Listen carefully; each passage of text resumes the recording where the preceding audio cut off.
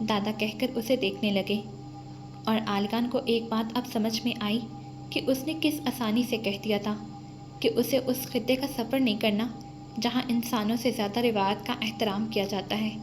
اس نے اب جانا کہ ان روایت کا احترام ہی دراصل ان سے جڑے انسانوں کا احترام ہے۔ اگر ہم بڑوں کی عزت کی روایت کا احترام نہیں کریں گے تو چھوٹوں سے عزت کی وصولی ہمیں بھولنی پڑے گی، اور پھر ایسے انسانی معاشرے کا پھلنا پھولنا ایسے ہی ہو جائے گا جیسے درخت کا زمین کے بغیر نمو پانا، یعنی نمو ہی نہ پانا۔ مجھے تمہاری یہ بات اچھی لگی کہ تم نے امرہا کو اکسایا نہیں۔ زمانہ جس تیزی سے ترقی کر چکا ہے، ایسے وقت میں یہ کوئی انوکھی بات نہ ہوتی۔ میں کبھی ایسا نہ کر پاتا، اور کرتا بھی تو امرہا نہ مانتی۔